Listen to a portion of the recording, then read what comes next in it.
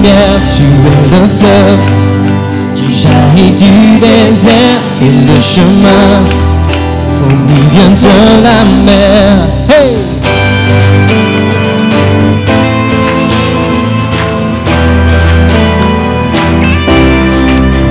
Tout soudain, ta beauté nous éclaire quand tu es là. La nuit devient lumière, tu es le fleuve qui jaillit du désert et le chemin au milieu de la mer. Dieu, tu es la lumière, tu ne faiblis jamais, tu es l'espoir, tu vis en moi. Et dans l'obscurité, tu ne faillis jamais, tu es l'espoir. Tu viens éclairer ma voix. Oh, oh, oh, oh. Oh, oh, oh, oh, oh. Oh, oh, oh, oh. Oh, oh, oh, oh, oh. Ta vérité me guide vers ton cœur. Je veux marcher vers toi malgré mes peurs. Être avec toi, rien n'a plus de valeur. Jour après jour, je vis dans ta splendeur. Dieu, tu es la lumière, tu ne faiblis jamais, tu es l'espoir, tu vis en moi. Et dans l'obscurité, tu ne faillis jamais, tu es l'espoir. Tu viens éclairer ma voix. Oh, oh, oh, oh. Oh, oh, oh, oh, oh. Oh, oh, oh, oh, oh. Oh, oh, oh, oh. Tu as scellé dans le ciel ta victoire éternelle. Tu as gravé dans mon cœur ton amour pour toujours. Tu l'as scellé dans le ciel. Ta victoire éternelle. Tu as gravé dans mon cœur ton amour. Oh, oh, oh, oh. Oh, oh, oh, oh, oh. Tu es la lumière, tu ne faiblis jamais, tu es l'espoir, tu vis en moi. Et dans l'obscurité, tu ne faillis jamais, tu es l'espoir, tu viens éclairer ma voix. Oh, oh, oh, oh. Oh, oh, oh, oh, oh.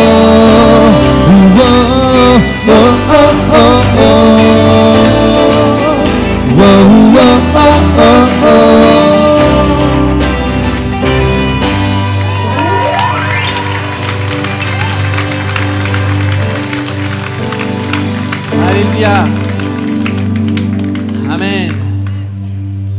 Quelle belle lumière Jésus-Christ nous donne. Et quelle belle lumière vous êtes en resplendissant la lumière de Jésus.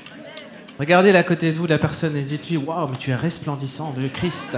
De Christ, hein, attention. Hein. C'est le seul.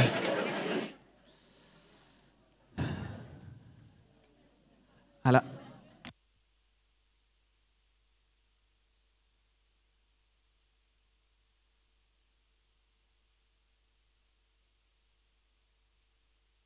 Perdu le fil. C'est bon, vous êtes avec moi?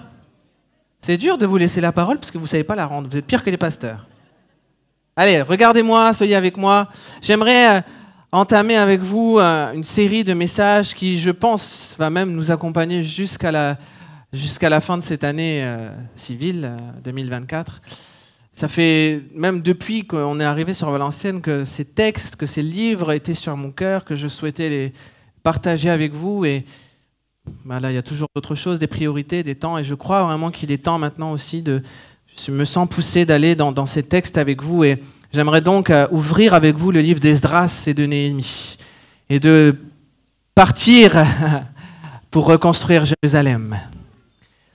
Et donc je commence ce matin et on va avoir une certaine chronologie dans les événements selon les chapitres, avec certains accents sur des événements en particulier. Et donc ce matin, on va aller dans le chapitre 1, dans quelques instants, du livre d'Esdras, mais juste commencer par un peu d'histoire, situer un peu le contexte de ce livre, de ce contexte historique pour Israël. Alors le peuple, au moment du début, je précise bien du début du chapitre 1 d'Esdras, le peuple vit la déportation à Babylone depuis 50 ans. Alors que s'est-il passé pour en arriver jusque-là? Eh bien, il faut revenir plus en amont, du temps du roi Josias. Et malgré, vous savez, les prophéties d'Ésaïe, de Jérémie, qui avertissaient son peuple, celui-ci va se détourner de Dieu pour adorer les idoles, se lier en alliance avec les peuples ennemis, les peuples païens. Et donc va se suivre les conséquences de cette désobéissance et une première période difficile pour le peuple d'Israël durant laquelle le roi de Babylone, Nebuchadnezzar, vous connaissez ce roi, qui aura une fin aussi tragique, qui va asservir Jérusalem et amener en captivité l'élite juive. C'est la période et l'histoire du livre de Daniel. Mais ça ne s'arrête pas là, puisqu'environ 17 ans plus tard, alors que le dernier roi de Juda, Sédécias, tente une révolte contre Nebuchadnezzar, celle-ci se conclut par un échec. Et la première situation, déjà fort triste, s'aggrave, puisque Jérusalem va être assiégée et finalement la ville détruite, brûlée et le temple détruit. Les objets précieux du temple vont être pillés et déplacés à Babylone parmi les trésors de ce royaume et les habitants de Jérusalem vont être déportés et la ville va être abandonnée. Et s'accomplira alors la parole du prophète Jérémie qui va dire « Tout ce pays », c'est dans Jérémie 25, 11, je ne l'ai pas mis sur le PowerPoint, mais « Tout ce pays deviendra une ruine, un désert, et ces nations seront asservies au roi de Babylone pendant 70 ans. » Alors je vous ai dit 50 ans tout à l'heure, pourquoi 70 ? Puisqu'il va falloir 20 ans pour reconstruire ce temple. Et donc nous sommes là au chapitre 1er d'Esdras, et on va commencer cette lecture par les 4 premiers versets, puisqu'un événement important, un changement d'état se passe à ce moment-là de ce chapitre, puisqu'il est dit, la première année de Cyrus, roi de Perse, et qui avait conquis Babylone, afin que s'accomplisse la parole de l'Éternel prononcée par la bouche de Jérémie, l'Éternel réveilla l'esprit de Cyrus, roi de Perse, qui fit faire de vive voix et par écrit cette publication dans tout son royaume. Ainsi parle Cyrus, roi des Perses. L'Éternel, le Dieu des cieux, m'a donné tous les royaumes de la terre et il m'a commandé de lui bâtir une maison à Jérusalem, en Juda. Qui d'entre vous est de son peuple? Que son Dieu soit avec lui et qu'il monte à Jérusalem en Juda et bâtisse la maison de l'Éternel, le Dieu d'Israël. C'est le Dieu qui est à Jérusalem. Dans tout lieu où séjournent des restes du peuple de l'Éternel, les gens du lieu leur donneront de l'argent, de l'or, des effets, du bétail avec des offrandes volontaires pour la maison de Dieu qui est à Jérusalem. C'est le temps de retourner à Jérusalem. C'est le temps de rebâtir, de reconstruire. Et le peuple va vivre 3 grandes étapes, 3 grandes périodes. Il y aura d'abord la reconstruction du temple, avec une petite coupure d'ailleurs, du temple et de la ville de Jérusalem, et c'est Zorobabel qui sera en première ligne de cette reconstruction. Puis il y aura le rétablissement du culte, le rétablissement de l'enseignement, le rétablissement de la formation aussi des juges, et c'est le ministère d'Esdras qui va suivre. Et puis il y aura un peu plus tard la reconstruction des murailles avec Néhémie. Mais à ce moment-là, à ce verset 1er, chapitre 1er d'Esdras, ça n'est pas clairement encore, si je puis dire, le temps de bâtir, au risque de vous sembler contradictoire, pour une raison simple, c'est que pour bâtir, il faut des bâtisseurs.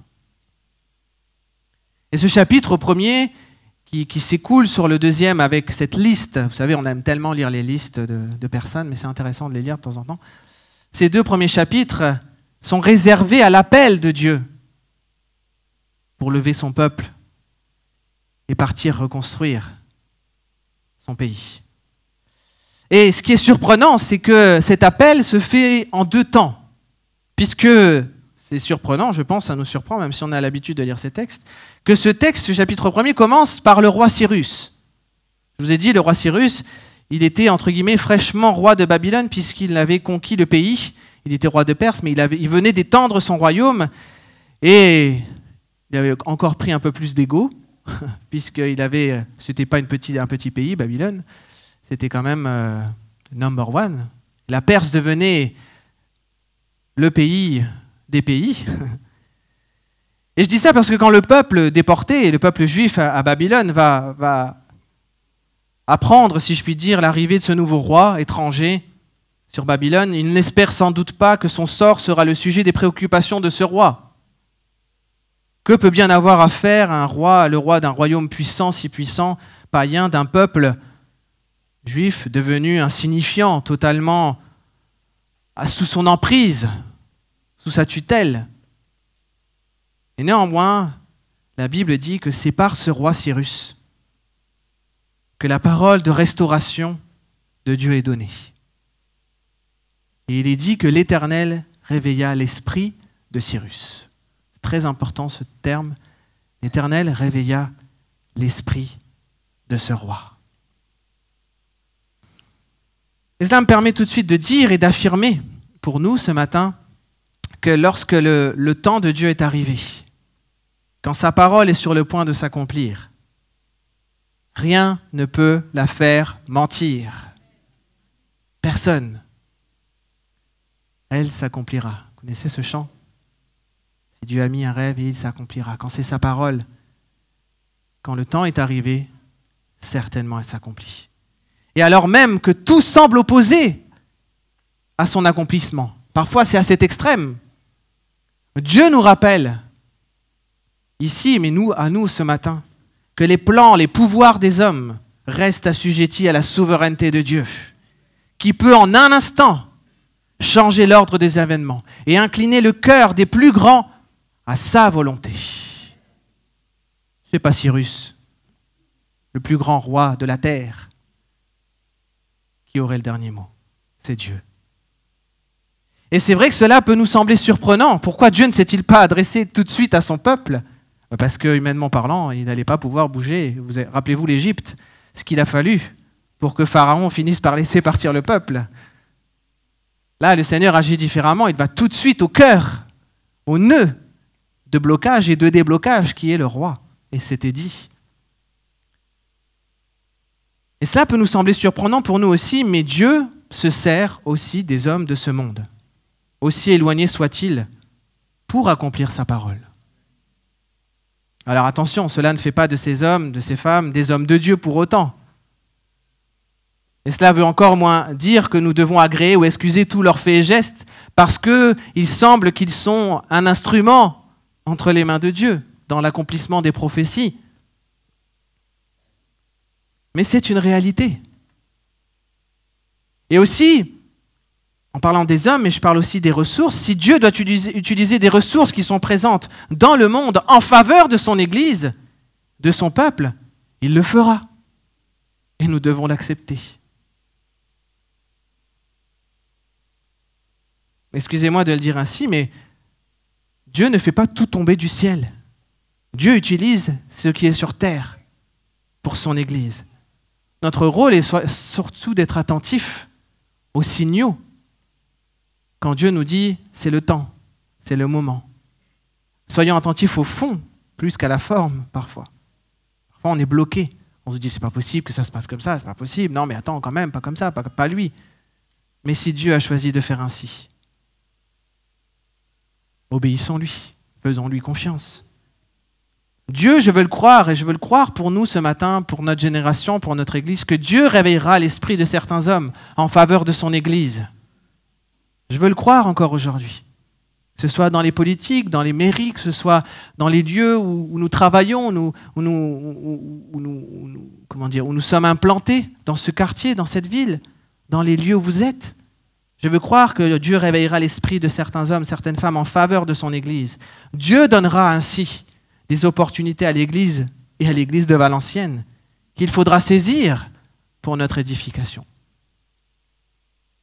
À nous d'être en alerte, d'être attentifs, de voir la ligne conductrice de Dieu. Vous savez, je vous raconte un témoignage que nous avions vécu sur Paris, et puis après on retrouvera le texte d'Esdras. Nous avions implanté une église, et nous étions dans un hôtel, il fallait chercher un bâtiment, et c'est difficile en région parisienne, c'est difficile partout de trouver un bâtiment, mais plus encore en région parisienne, à cause des prix, à cause de la rareté des produits. Et bien sûr, parce que quand on arrive en tant qu'église, on part avec un désavantage. Les agents immobiliers, en général, ils me font un petit sourire de côté, mais voilà, ça a beaucoup de mal à aboutir. Et on enchaînait les visites, etc. Et puis, c'était déjà un clin d'œil de Dieu. Juste en face de notre balcon, de notre terrasse, il y avait un bâtiment qui s'érigeait au loin, qu'on voyait depuis notre terrasse. Et on ne savait pas, on ne connaissait pas les espaces disponibles, etc. Et un jour, l'agent immobilier nous dit il y a des espaces qui sont disponibles, et le propriétaire est venu. Et quand j'ai vu le propriétaire, un homme costaud, plus d'1,90 m, là, une grosse voix, et moi, j'étais même encore plus fin qu'aujourd'hui, parce que Valenciennes m'a fait prendre quelques poids. Et quand j'ai vu cet homme, je me suis dit, oh là, lui, il va m'écraser, quoi. Et lui, ça va être des négociations musclées. C'était un homme qui avait plusieurs bâtiments en France, qui gérait, c'était un bâtiment de 7 ou 8 étages déjà qu'il était propriétaire, et nous, on allait potentiellement louer le rez-de-chaussée. Voilà, donc c'était des millions d'euros. C'était quelqu'un qui avait des ressources extraordinaires, voilà, il faisait ce qu'il voulait. Il marchait même sur les plates-bandes de l'agent immobilier. Je sais que les agents immobiliers, ils n'aiment pas ça en général. Quand ils ont un dossier, ils n'aiment pas que le propriétaire il agisse. Mais lui, il s'en fichait, il disait c'est mon bâtiment, je fais ce que je veux, etc. On a commencé, on n'était pas forcément rassurés. Mais vous savez quoi, quand on a commencé à discuter avec cet homme, Phoebe et moi, on était un petit peu sur le coup perplexes, peu déstabilisé, parce que cet homme commence à nous dire, vous savez, j'ai toujours su qu'il y aurait une église dans mon bâtiment. Il me dit, je m'étais même imaginé des plans, je me suis même dit, vous pouvez faire un baptistère et tout ici. Alors c'était assez paradoxal, parce que c'était quelqu'un d'assez moqueur aussi, d'un autre côté. Il disait, moi, je n'irai pas à l'église, voilà, mais je suis croyant à ma manière. Bon, bref, vous savez le discours.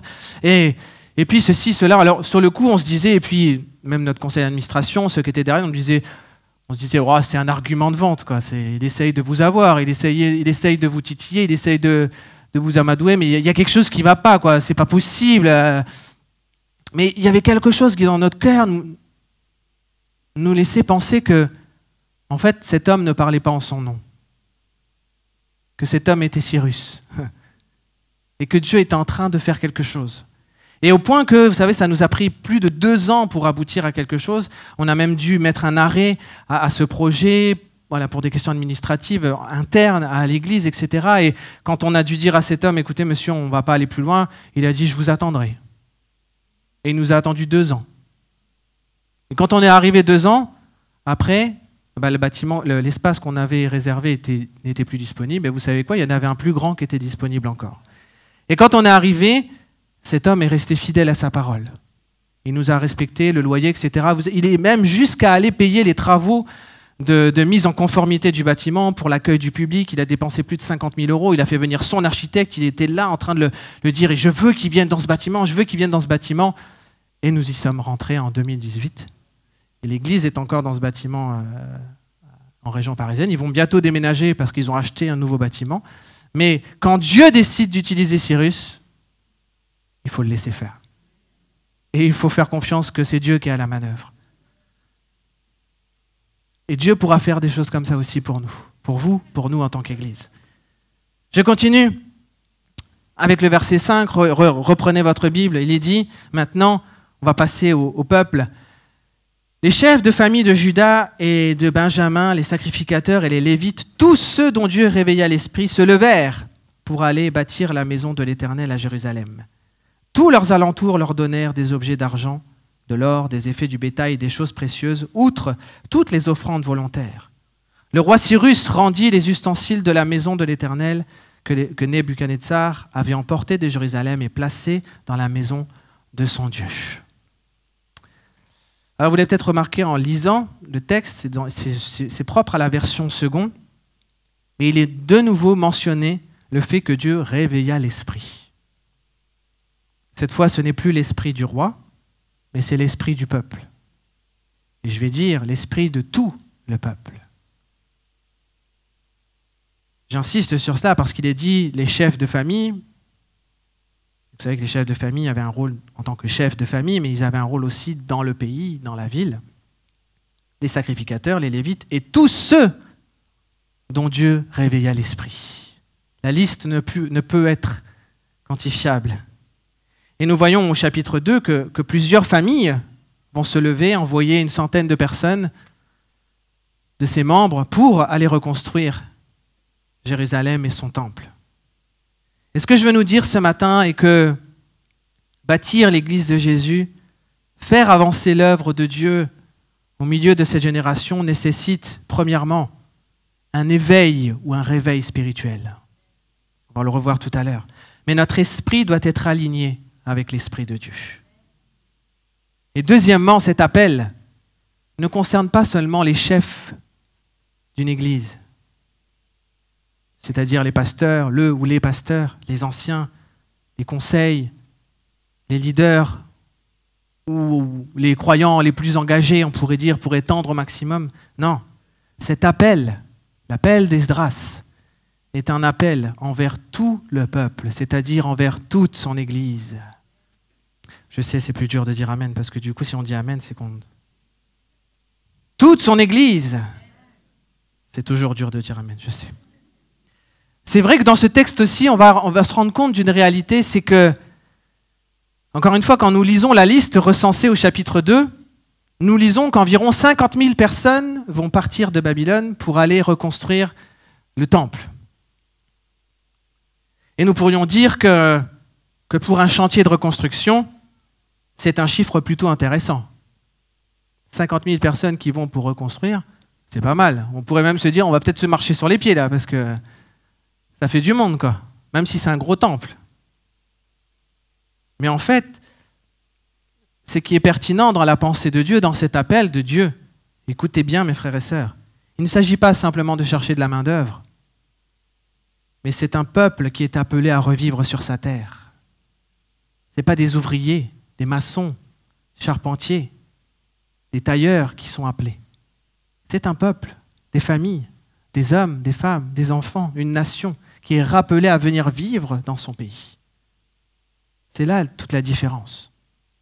Et si on compare d'ailleurs ce chiffre aux chiffres, aux estimations, parce qu'on sait très bien que les chiffres, c'est délicat dans les textes de l'Ancien Testament, si on compare ce chiffre au chiffre du peuple qui quitta l'Égypte, on dit qu'il y avait environ 600 000 hommes prêts pour la guerre. C'est comme ça qu'on faisait le recensement. On recensait les hommes prêts de plus de 20 ans qui étaient prêts pour combattre. Et on dit qu'il y avait environ 2 millions de personnes qui ont quitté l'Égypte pour Canaan, prendre possession de Canaan. Alors du coup, quand on met ces deux chiffres-là à côté de ce chiffre de 50 000 personnes qui quittent Babylone, je pense qu'on peut se poser la question de, pas où sont les femmes, où sont les hommes, mais où est le peuple? Où sont-ils? Il est clair que même si on n'a pas des chiffres précis du nombre de personnes déportées, mais on ne peut pas envisager, on peut difficilement envisager que la population juive soit aussi peu nombreuse pour que seuls 50 000 d'entre eux se retournent à Jérusalem.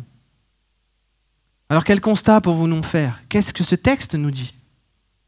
Eh bien tout simplement qu'une partie conséquente du peuple était bien à Babylone. Babylone, la grande Babylone. Eh bien ils étaient bien à Babylone. Et si nous devons consentir que si l'Égypte était vraiment synonyme de l'esclavage, et même on se rappelle que le peuple va quand même trouver du bon en Égypte, mais Babylone, quand bien même ça n'est pas Jérusalem, reste un pays confortable, accueillant pour ses exilés. Pourquoi retourner dans un pays qui est en ruine? Pourquoi reconstruire des maisons alors que maintenant, ça fait 50 ans qu'on est là, écoute, ça se passe plutôt bien. Voilà, on n'est pas en première ligne, on n'est pas les mieux placés, mais voilà quand même, quoi. On est bien, nos enfants sont nés à Babylone, quoi. Ils connaissent pas Jérusalem. Ils connaissent pas ses ruines. Pourquoi reconstruire un temple alors que nous vivons très bien notre foi à distance? Parce que le peuple continuait, c'est vrai, à son avantage, c'est une qualité, c'est une marque aussi du peuple juif dans les temps, c'est que même dans la déportation, le peuple juif a gardé cette culture, cette transmission des lois, transmission de sa foi, transmission de cette culture, et il s'en sortait très bien à Babylone. Au point même que, je le dis volontairement, que c'est durant la période de la déportation, et après, mais c'est là que ça a commencé, que les textes de notre Bible actuelle ont été progressivement regroupés dans la Torah. Ils avaient même des écrits, il commençait à y avoir du texte. Que demander de plus? Ils avaient la Bible avec eux. Pas besoin d'aller à l'église, pas besoin d'aller à Jérusalem.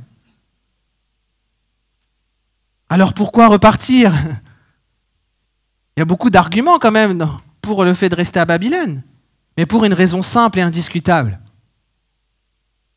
Parce que Dieu avait fait la promesse et l'alliance avec un peuple qu'il avait mis à part pour lui et de lui donner une terre dans laquelle il vivrait au milieu d'eux. Et parce qu'on l'a lu tout à l'heure, Agé, c'est un prophète du temps de la restauration, parce que Dieu est fidèle à son alliance.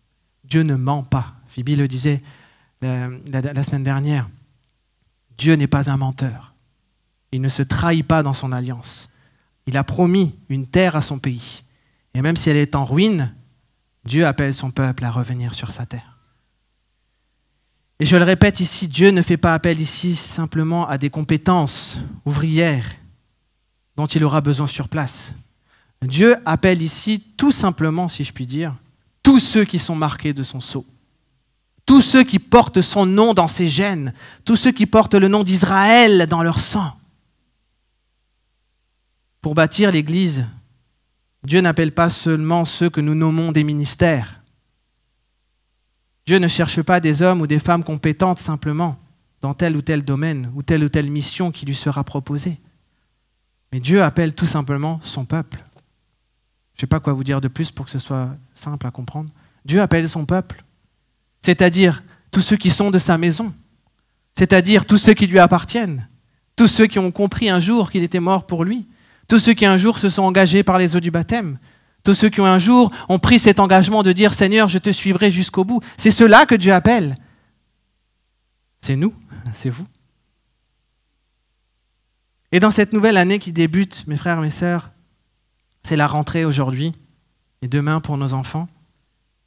Je veux vraiment appeler ce matin, au nom du Seigneur Jésus-Christ, l'Église de Valenciennes, à se lever pour continuer de construire l'Église, ici où nous sommes placés. Et vous comprendrez qu'un appel nécessite une réponse. Mais je veux le dire aussi ce matin, et pardonnez-moi si je vais aborder peut-être quelque chose de piquant. Si ce matin cet appel ne retentit pas dans ton cœur, c'est que ton esprit est endormi. Et tu as besoin d'être éveillé. Et je vous prie d'entendre par là la voix du Seigneur et pas celle d'un homme. Si ce matin, en vous disant « J'ai besoin de vous pour bâtir l'église de Valenciennes » et que ça ne retentit pas dans votre cœur, c'est qu'il y a un endormissement. C'est que ça ne va pas. Nous avons besoin d'un éveil de l'esprit. Je parle de notre esprit là d'abord. Pour que nos yeux voient, pour que nos cœurs battent pour l'église de Jésus. Et peut-être que la sincérité de ton cœur, de nos cœurs, nous poussera à dire « Mais j'ai pas envie d'un nouveau chantier. J'ai pas envie d'une nouvelle mission. J'ai mes raisons. Regarde tout ce qui reste encore à faire. J'ai essayé, ça n'a pas marché. Regarde, on tourne en rond, ceci, toutes sortes d'arguments sont mis en place. Regarde tout ce qui reste à faire dans l'église. Regarde ce domaine, regarde ce département. Il y a tout à faire, à refaire, à défaire, à construire, déconstruire. » Mes frères et sœurs, ne serait-ce pas une excuse pour dire en fait que Babylone, c'est confortable. Mais permettez-moi de vous révéler quelque chose que vous n'avez peut-être jamais entendu. Nous ne sommes pas babyloniens, mes frères et sœurs. Ou nous ne le sommes plus, en tout cas. Nous ne sommes plus de ce monde. Notre pays s'appelle le royaume de Dieu.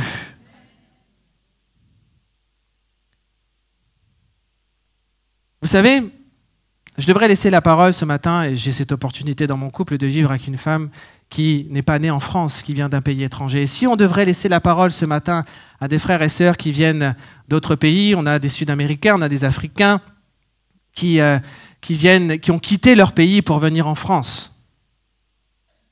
On devrait les écouter ce matin, ça nous aiderait beaucoup, nous, franco-français. Je pense d'abord qu'ils nous diraient, je le dis brièvement, mais que la France, c'est un bon pays. Arrêtons de nous plaindre, sous-entendu, mais ça c'est juste une parenthèse. Mais surtout, ils nous diraient, quand bien même ils aiment et ils sont heureux de venir, et quand je parle avec nos frères, nos sœurs qui viennent pour les études, qui viennent pour le travail, je sens beaucoup de reconnaissance, de respect à l'égard de notre Église, à l'égard aussi de ce pays. Mais la force est de constater, mes frères et sœurs, je ne vais pas parler en votre nom, mais je suis sûr que votre pays vous manque. Votre famille, si vraiment vous avez laissé votre famille là-bas, vous manque. Ces repas autour d'une table, ce repas typique, l'odeur de la nourriture, de la maman, de la tata, de celui ou celle qui préparait ce repas. L'odeur des rues. Vous savez, les rues, elles ont des odeurs. La langue. Ah, on trouve certaines personnes qui parlent la langue du pays, donc on parle avec eux un petit peu à la fin du culte dans une langue. Ou quand on se retrouve au supermarché. Mais c'est pas pareil que quand on était là-bas.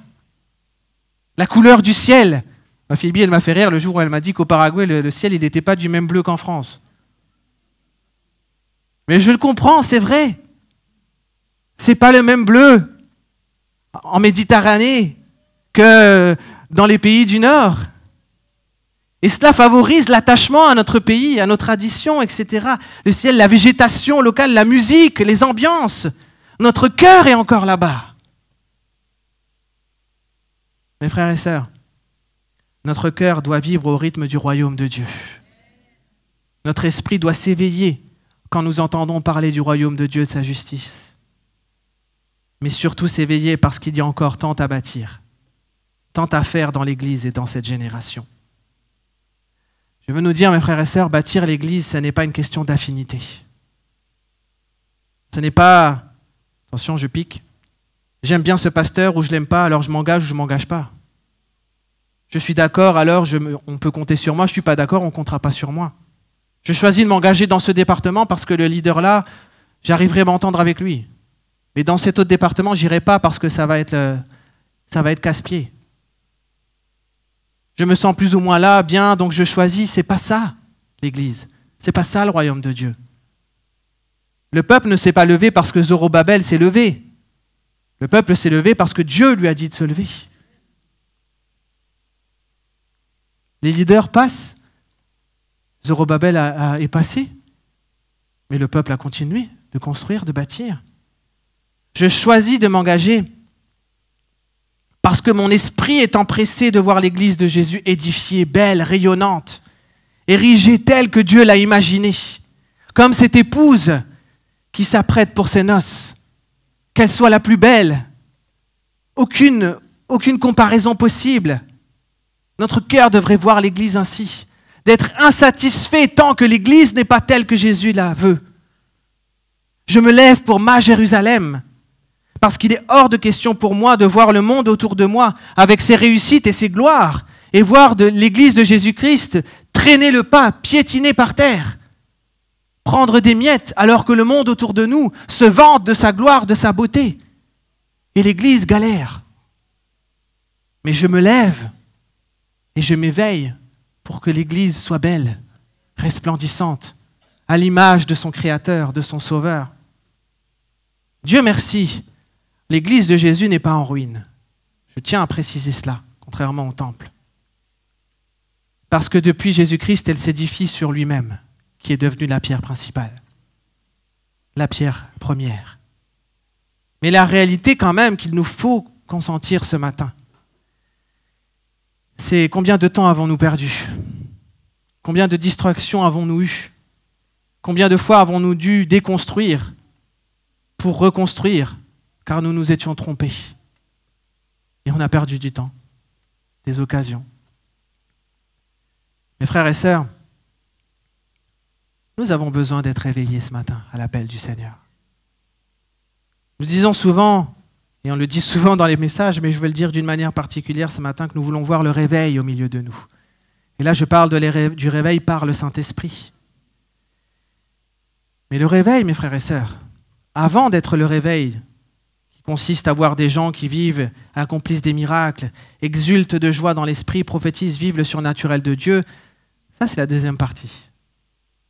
La première, et c'est celle qui nous appelle ce matin. Être éveillé, c'est d'abord voir mon esprit. Moi, là, l'esprit de Timothée. Réagir, bondir, surgir, quand par exemple, il voit son Église en difficulté. C'est être sensible aux appels du Seigneur, aux alertes parfois du Seigneur. Quand elle va mal, cette Église, je souffre avec elle.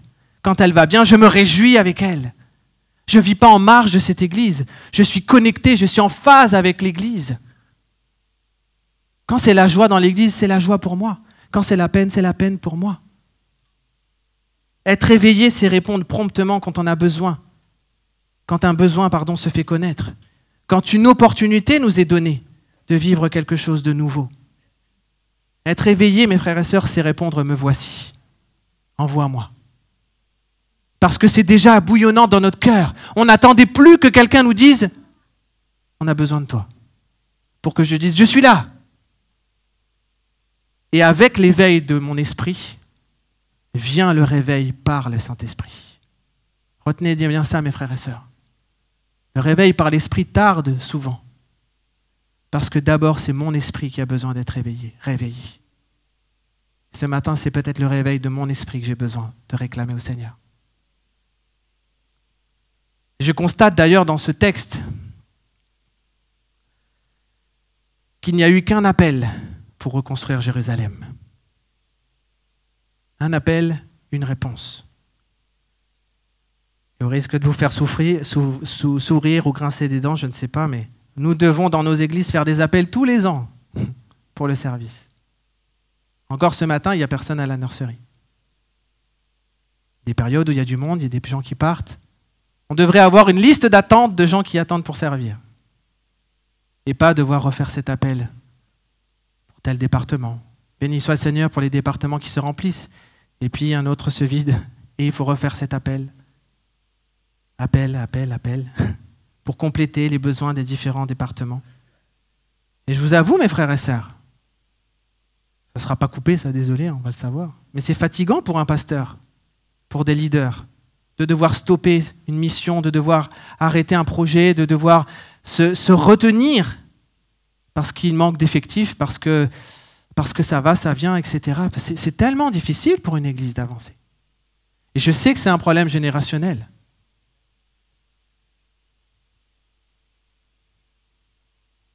Alors qu'allons-nous faire? Qu'allons-nous répondre à l'appel du Seigneur qui nous est redonné ce matin? Je termine si Marou et Ruben, vous pouvez juste venir, vous deux. Je termine avec cet autre point que je voulais quand même aborder avant que nous puissions prendre le temps de vraiment prier ensemble.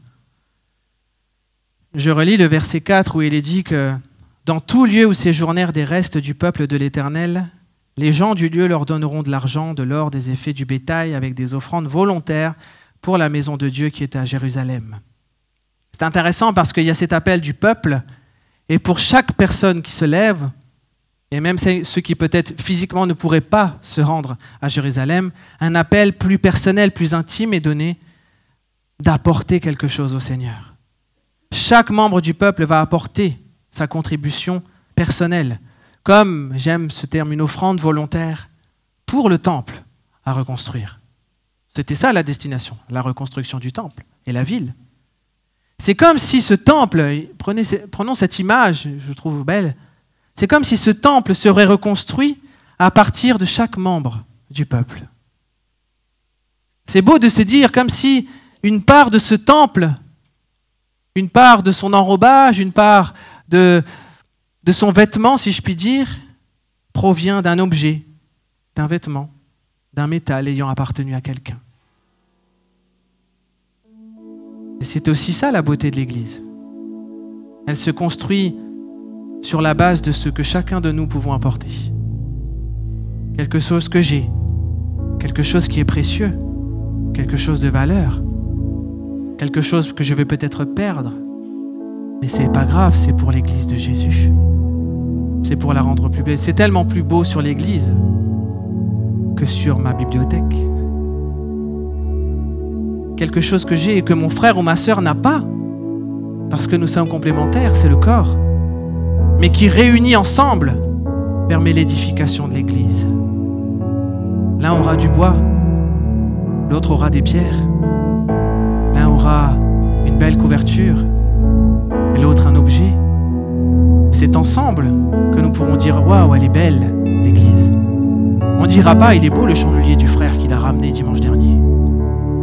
On va dire « Elle est belle cette Église, il est beau ce temple ». Mais parce que chacun apporte sa contribution. Il apporte ce qui est précieux devant le Seigneur. Ne retenons pas, mes frères et sœurs, et ne privons pas l'Église de Jésus de nos dons personnels. Apportons le meilleur pour embellir l'Église. Qu'il s'agisse de nos offrandes, l'argent que nous apportons, mais de nos talents, de notre temps, de notre énergie. Apportons ce qui est meilleur. On dit souvent pour les offrandes, parce que c'est très concret. Vous savez, je vais vous dire quelque chose, ça fait un moment que je dois le dire aussi, mais beaucoup de choses ce matin à dire. Vous savez, c'est déstabilisant pour quelqu'un qui recueille les offrandes, et c'est pas moi, hein, vous savez que je ne touche pas aux offrandes, de trouver dans l'enveloppe un jeton de caddie, un bouton de chemise, un ticket de caisse. Je dis dans les offrandes, dans l'enveloppe, je dis pas dans le panier, parce qu'il peut y avoir des maladresses. De trouver des billets qui sont tellement déchirés que quand on va à la banque nous les refuse. C'est pas parce qu'on est une église qu'on refuse moins de choses. Alors en soi c'est pas grave, c'est pas la somme en soi le problème. Mais c'est difficile de ne pas s'empêcher de dire mais comment est-ce que j'ai fait pour apporter mon offrande dimanche? Quand je dis que parfois on fait les fonds de poche, mais vérifiez au moins ce qu'il y a dans la poche avant de mettre dans le tronc. Retirez ce qui n'est pas bon. Retirons ce qui n'est pas bon. Pardonnez-moi, c'est peut-être un peu brutal.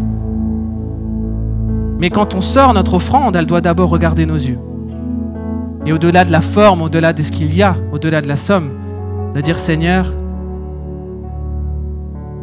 mon cœur éveillé t'apporte ça. Même si c'est une pièce d'1 centime, même si c'est une somme qui vous fait rougir parce que vous vous dites oh, je ne peux pas apporter ça au Seigneur, j'aimerais tellement donner plus. Mais c'est ce que tu as aujourd'hui que tu peux donner au Seigneur. Mais donne-lui dans la joie, donne-lui dans la paix. Dieu préfère cette pièce d'1 centime où tu auras regardé et tu auras dit Seigneur, je te l'apporte, qu'un virement où tu n'as même plus fait attention à ce que tu donnes à l'église. Dieu cherche des cœurs qui apportent volontairement cette offrande au Seigneur. Et encore une fois, ce n'est pas qu'une question d'argent. C'est le temps que tu accordes à l'église, au service, aux autres, à la communion fraternelle, au soutien, à la prière, aux réunions, aux événements de l'église, etc. C'est le temps que tu accordes dans ton service. Tout cela est mis devant nous ce matin pour cette rentrée. Et alors je nous repose cette dernière fois cette question et nous allons prier. Qui d'entre vous est de son peuple? Qui d'entre vous est de son peuple?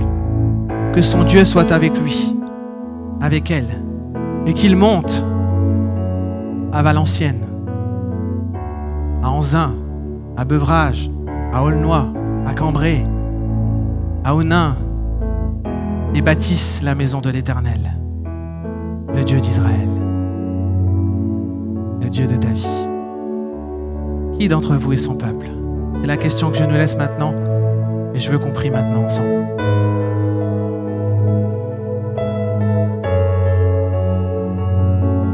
Ça fait 5 ans qu'on se connaît, mes frères et sœurs.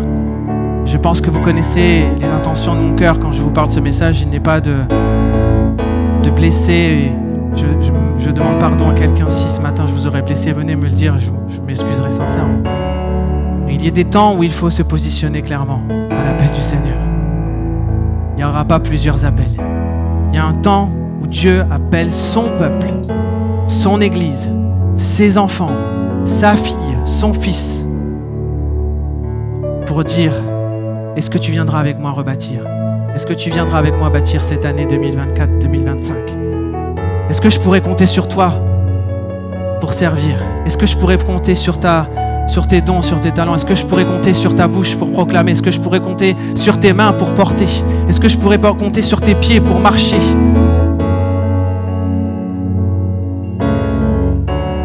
Et le Seigneur attend maintenant une réponse. Je ne vais pas faire d'appel spécifique ce matin, puisque cet appel, je veux le faire à tout le monde. Si je puis dire, je ne laisse pas le choix ce matin. Je vous demande tous et toutes de vous lever avec moi. Et de commencer à faire cette prière là où vous êtes, pour dire à l'Esprit de Dieu d'éveiller votre esprit. J'aimerais qu'on prie maintenant, à l'aube, l'inauguration de cette nouvelle année qui commence scolaire, de consacrer cette année sur la base de cet appel et de cette réponse, de dire Seigneur, je me lèverai pour bâtir. J'aimerais qu'on puisse prier maintenant, j'aimerais qu'on puisse répandre notre cœur devant le Seigneur. Et j'aimerais demander peut-être à cette personne, à ces personnes, qui peut-être, et pardonnez-moi de le dire ainsi, se sentent pas concernés par mon appel, d'avoir juste le courage entre vous et Dieu, de demander à l'Esprit de Dieu d'éveiller votre esprit. C'est pas pour moi qu'on fait ou qu'on ne fait pas. C'est parce que Dieu m'appelle. Parce que là où Dieu t'appelle, il n'appellera pas un autre. J'aimerais qu'on puisse prier. C'était fort sur mon cœur quand le culte a commencé. J'aimerais qu'on puisse répondre clairement ensemble en tant qu'Église à cet appel. Et je vais commencer, j'aimerais appeler les anciens à s'approcher devant l'estrade. Comme signe de votre engagement en tant qu'anciens, et je sais qu'il est complet, mais je veux demander, mes frères, avec vos épouses, de vous approcher.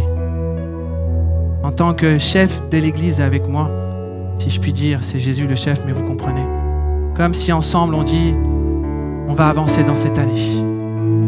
Et avec vous, je voudrais appeler le conseil d'administration, les deux conseils d'administration à s'approcher.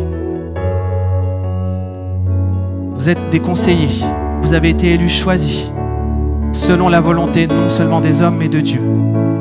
Et j'aimerais que vous puissiez commencer à prier. Les deux conseils de cœur sur la main et de l'Église s'approchent.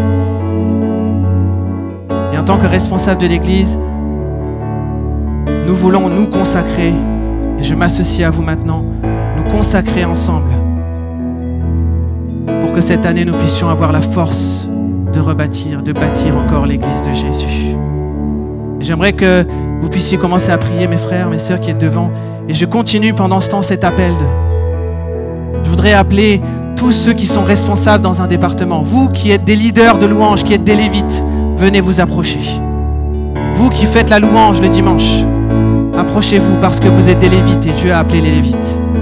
Vous qui êtes responsables dans un département, vous qui servez en tant que responsable, qui avez des équipes à votre charge, je vous demande de vous approcher pour reconsacrer devant le Seigneur l'appel qui est sur votre vie. Pour dire au Seigneur, je me lèverai encore cette année.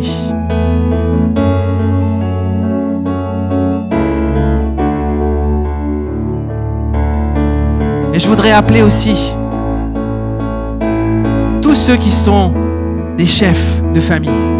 Je ne vous dirai pas forcément de vous approcher. Si vous le souhaitez, approchez-vous, mais je fais cet appel solennel maintenant. Vous qui êtes des chefs de famille, que vous soyez un papa, une maman, peut-être une maman célibataire, c'est vous qui avez la responsabilité spirituelle. Levez-vous et dites maintenant au Seigneur Jésus-Christ, je me lève pour bâtir l'Église. Je me lève pour avancer. Je vous demande, vous qui êtes des pères, messieurs, vous êtes des chefs de famille, levez-vous maintenant dans l'esprit et réclamez maintenant à l'Esprit de Dieu d'éveiller votre esprit. Je demande maintenant qu'on prie et qu'on réclame que l'Esprit de Dieu éveille notre esprit. Mes frères et sœurs anciens à l'église devant, priez ensemble, vous qui êtes dans la salle. Maintenant, priez selon là où vous êtes, au poste où vous êtes, à l'appel que Dieu a mis sur vos vies. Réclamez que Dieu éveille votre esprit pour cette année. Réclamons maintenant que l'Esprit de Dieu éveille nos cœurs, éveille notre esprit. Peut-être qu'il réveille notre esprit endormi, fatigué, lassé. Peut-être qu'on est sur le point de tout lâcher, de tout abandonner. Mais je ne vais pas lâcher parce que je veux maintenant que l'Esprit se réveille à moi. Vous, mes frères et sœurs dans la salle, vous qui êtes, j'aimerais aussi faire cet appel, vous qui enseignez dans l'église, vous qui êtes moniteurs d'école du dimanche, je vous demande de vous approcher pour que Dieu Dieu puisse réveiller en vous l'appel de l'enseignement des enfants. Venez les moniteurs, approchez-vous devant. Reconsacrez cette année au Seigneur maintenant. Consacrez l'année où vous allez passer du temps à enseigner, à prier, à parler à des enfants pour que l'Esprit de Dieu éveille votre esprit sur ce que vous avez à dire à vos enfants. À la jeunesse, les responsables de jeunes, les comités de jeunesse, les ados, ceux qui ont une responsabilité d'enseignement, qui ont une responsabilité spirituelle. Venez maintenant dire, Seigneur, éveille mon esprit dans cette année qui commence. Éveille mes pensées. Seigneur, réveille mon esprit qui est endormi. Rappelle-moi l'appel qui est sur ma vie. Priez, vous qui êtes dans la salle, vous qui êtes célibataires, priez pour cette année où vous allez pouvoir investir encore plus que l'année dernière. Priez, dites au Seigneur ce qui est sur votre cœur. Lâchez maintenant prise. Lâchons prise sur tout ce qui est de Babylone pour dire maintenant, ma vie c'est Jérusalem, mon cœur c'est Jérusalem. Alléluia Seigneur. Alléluia. Prions en l'esprit maintenant. Prions, remplissons ce temple d'une prière, d'une église commune, dans l'unité de Christ, dans l'unité de l'Esprit. Nous prions, nous intercédons pour cette année. Nous réclamons, Seigneur, nous réclamons sur nous, Seigneur, sur nos maisons, sur l'Église, sur les départements de l'Église, une onction renouvelée. Nous réclamons, Seigneur Jésus, une visitation de l'Esprit. Seigneur, nous réclamons, Seigneur Jésus, l'action de Dieu dans nos vies, Seigneur, sur les projets, sur tout ce que nous allons, Seigneur, entamer, tout ce que nous allons susciter comme nouveauté, Seigneur Jésus, tout ce que nous allons remettre en place. Nous prions pour les équipes qui sont derrière nous. Nous prions pour les personnes qui sont sous nos responsabilités. Nous voulons bâtir encore cette année. Nous voulons bâtir, Seigneur, non, Seigneur, sur des métaux humains, mais nous voulons bâtir selon les principes du royaume de Dieu. Seigneur, éveille notre cœur au royaume de Dieu. Réveille notre cœur au royaume de Dieu. Rends-nous bouillants, rends-nous bouillonnant pour le royaume de Dieu. Seigneur, donne-nous de ne pas pouvoir rester assis. Seigneur, je prie que nous puissions avoir cette soif, Seigneur, cette faim de voir le royaume de Dieu, cette justice manifestée, visible dans ce pays, dans cette ville de Valenciennes. Alléluia. Frères et sœurs, priez les uns pour les autres aussi. Priez en langue, soyez prophétiques ce matin. Prophétisons une année de grâce sur la vie. S'il y a quelqu'un à côté de vous, priez pour cette personne maintenant et réclamons l'Esprit, une visitation de l'Esprit. C'est l'éveil que nous voulons, le réveil que nous voulons.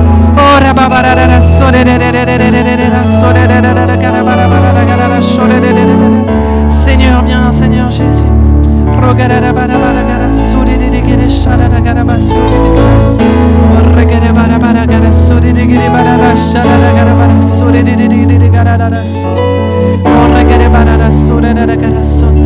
Consacrons nos familles, Seigneur. Consacrons nos enfants dans cette année, Seigneur. Consacrons tous les projets, Seigneur. Tous les plans, Seigneur, qui sont sous nos yeux, Seigneur. Consacrons notre argent, nos offrandes, Seigneur. Nous consacrons, Seigneur, nos biens. Nous consacrons nos dons, Seigneur, devant toi. Seigneur, sers-toi de nous, Seigneur. Sers-toi de ton Église, Seigneur. Sers-toi de nos faiblesses pour ta gloire, Seigneur.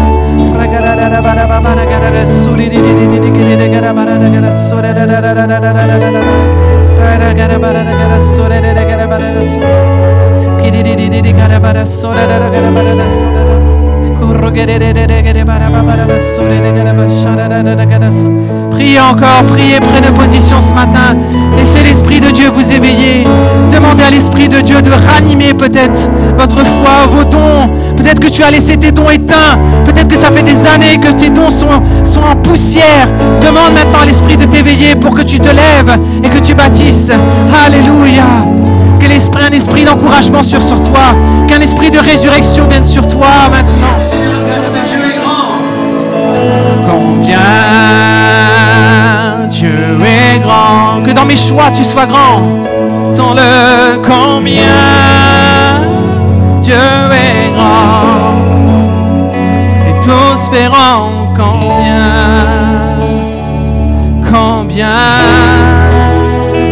Dieu est grand. Alléluia. Adorons-le, adorons Jésus, adore-le maintenant, adore-le, adore.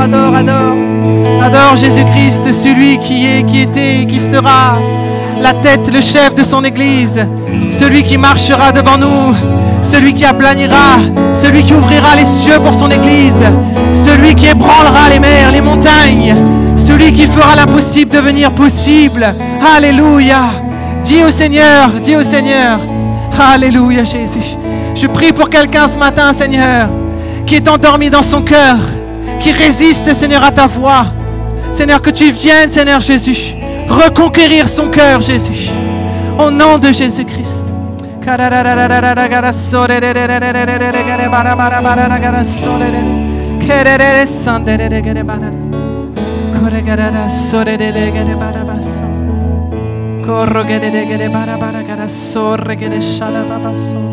Alléluia, Seigneur. Seigneur, nous déposons tout maintenant devant toi, Jésus. Déposons nos vies à tes pieds, Seigneur. Déposons tout ce qui fait de nous qui nous sommes, comme une offrande volontaire. Nous apportons devant toi, Seigneur, tout ce qui est à nous, aussi insignifiant soit-il. C'est pour toi, c'est pour ton Église. Merci Jésus-Christ. Et ensemble, l'Église te rend gloire, honneur, puissance, au siècle des siècles, et aujourd'hui encore. Alléluia, Seigneur. Tu es digne, Seigneur, de recevoir, Seigneur, tout de nous, de recevoir nos vies, Seigneur, de recevoir nos talents. Alléluia. Amen. Amen. Alléluia. Béni soit le Seigneur. Vous pouvez vous asseoir. N'hésitez pas à vous retrouver aussi les uns les autres, prenant des nouvelles et priant, réclamant aussi du soutien les uns envers les autres.